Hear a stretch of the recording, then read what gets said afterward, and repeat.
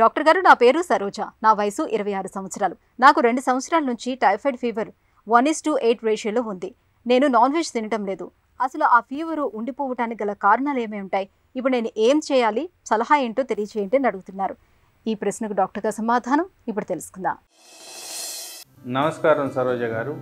మీరు typhoid fever అని నిర్ధారించి చెప్తున్నారు 1:80 అని. యాక్చువల్లీ అది తప్పుమా. జనరల్గా 1:160 అండ్ అబవ్నే దాని పాజిటివిటీగా మనం కన్సిడర్ చేస్తాం. అది నంబర్ 1 క్రైటీరియా. రెండో క్రైటీరియా, అసలు మీకు ఆ రూపంలో మనకి టెస్ట్ పాజిటివ్ వచ్చిన దానివల్ల మీకేం ప్రాబ్లం ఉంది? ఫీవర్ వస్తుందా లేదా? మీ కణాలు ఎఫెక్ట్ అయినాయా లేవా? మీకు వేరే ఇన్ఫ్లమేటరీ మార్కర్స్ అబ్నార్మల్గా ఉన్నాయా లేవా? ఇవన్నీ కూడా నిర్ధారించాల్సిన అవసరం ఉంది.